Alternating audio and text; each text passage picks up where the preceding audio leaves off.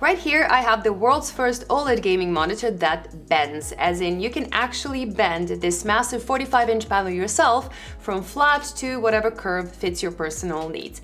Now you might have seen it already here and there because there are a lot of sponsored showcases going around, but there are no actual reviews until today. So I have been testing this monitor for a while now, and I have to admit it is definitely one of the most interesting and one of the most exciting things I've seen this year. But like with any other new product, there are also things that you need to know and things that you need to consider before spending $2,000 to get this monitor. So let's check it out. Let's go.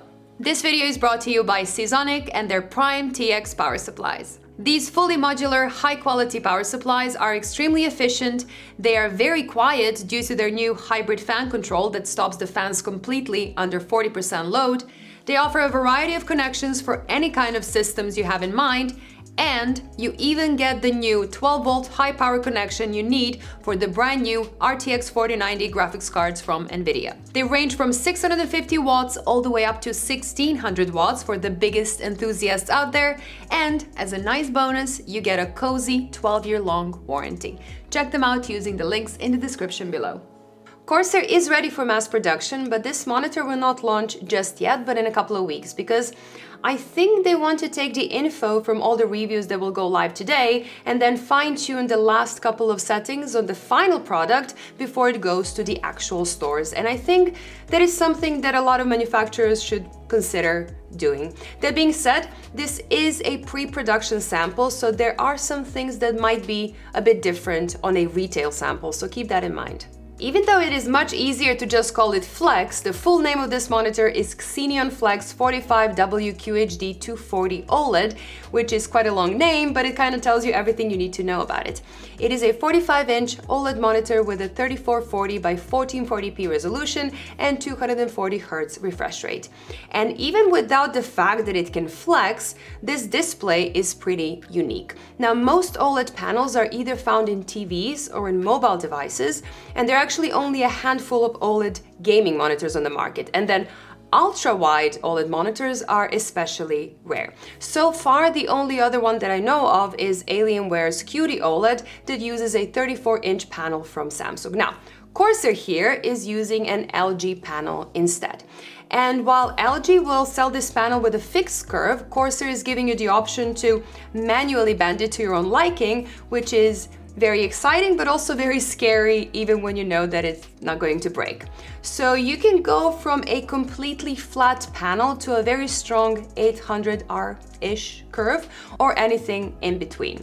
You can even bend each side individually, which should be awesome for a triple monitor setup if you don't mind spending $6,000 to get 3 of these. And while it sounded like a bit of a gimmick at first, there are definitely some upsides of having this option. Since it's such a large monitor, that curve is great for when you're sitting close and gaming on it. It is super immersive and it will offer a great gaming experience no matter which game you're playing. But for some editing work, for example, where you need perfectly straight lines, or if you are sitting back a bit and watching a movie, or for example, if you're sitting behind a screen with multiple people, reducing that curve or even making it completely flat will offer a much better experience. The bending itself is a manual process. You pull out the handles on each side and just pull the sides of the screen towards you and adjust it to your liking. It does require a bit of strength and it will make a loud click sound when you reach its limit, so you shouldn't really worry that you are going too far. Now, an automated system would have been great, but keep in mind that would have made it even more expensive. I do kind of think that it's a missed opportunity that they didn't add a hook or something similar to the handles right here so they can be used as a headset holder as well. That feature would cost them very little and it would add a neat little extra to the monitor that is actually useful. But for this monitor to make sense, it needs to be more than a party trick, and for the most part, I think Corsair has done a great job. The stand, for example, is really well built, it is sturdy and it is very solid. All of the connections are on the back of the stand, so cable management should be a breeze. And the USB hub, the audio jack and the OSD joystick are on the front of the stand, which makes them way more accessible than on a typical gaming monitor. You do get a DisplayPort 1.4 connection, 2 HDMI 2.1 ports, and a Type-C port with 30 watts of power delivery. But putting the connections on the stand does mean that the stand is required and VESA mounting will not be an option here. And it also kind of limits the stand's range of movement. There is no swivel, there is no height adjustment, but it does tilt a little bit. I kind of would have preferred a bit more flexibility here, but I do think they probably wanted to give a proper support to the bendable screen, and they wanted to avoid people VESA mounting this to a random stand that doesn't offer that proper support. There is no RGB present, which I personally like very much, and there are no speakers built in, so you will have to use a headset or a proper set of speakers. When it comes to brightness, the flex can go up to 438 nits in SDR mode, which is actually not bad, and it is in line with higher-end IPS and VA panels. It is also a lot higher than the AW3423DW, which was stuck at 265 nits. However, most OLED panels are power limited, which means that the brightness will drop when bigger parts of the screen start lighting up. And with a full white image, the brightness was closer to 160 nits, which is a significant drop. Now, 160 nits coming from a 45-inch display that is right in front of you is still a lot of light hitting your eyes. And keep in mind, you really need a very light scene, like a big snowy mountain, for example, for the brightness to drop under 250 nits.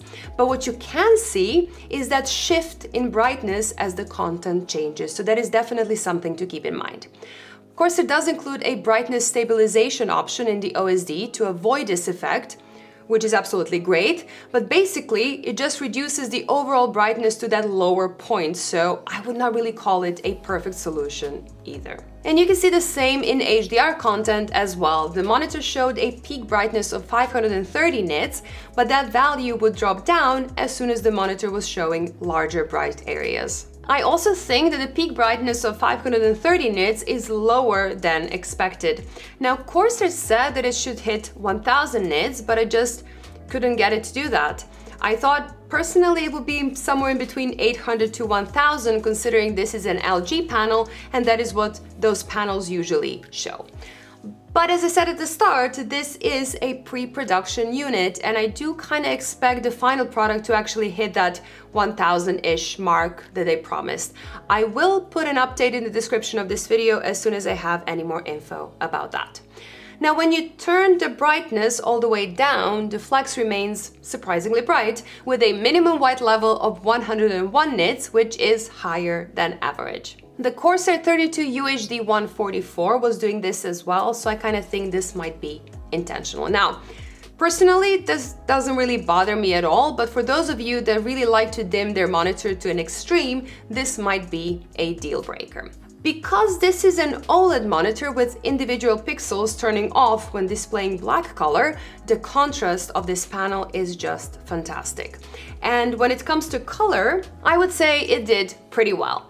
Color gamut is not as wide as on some other high-end options, including the QD OLED one, but it is still a very good result. And out of the box, the panel was nicely calibrated, showing great gray accuracy and almost perfect color accuracy, with only the blue tones showing a little bit more variance. And there is an sRGB profile present as well, which is also almost perfect, with only pure reds being a bit off this time around. Since it doesn't have backlight bleed is non-existent, and the viewing angles are excellent. And uniformity was also very good, which is again typical for OLED panels, but when you bend the screen, it did show a bit more variation.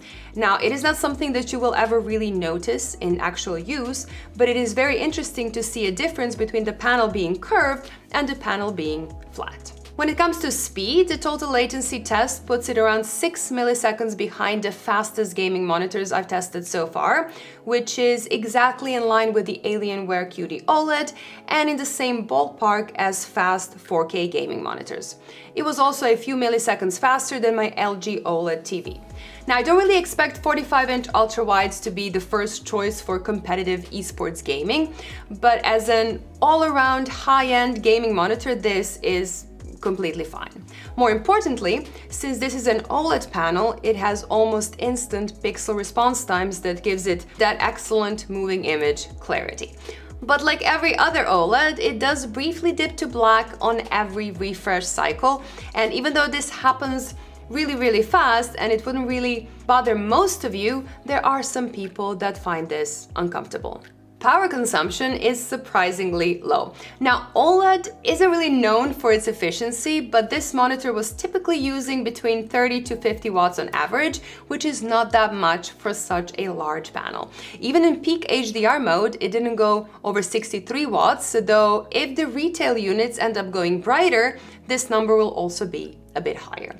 And because these new LG OLED panels are more power efficient, a risk of burn-in should theoretically be lower than on the older panels. Still, to prevent all burn-in, they did include a lot of the usual protection features like pixel shifting and automatic dimming when nothing is happening on the screen. And Corsair also is offering a 3-year-long warranty that includes burn-in and a 0 dead pixel guarantee. And I have to say, this is very generous for a gaming monitor.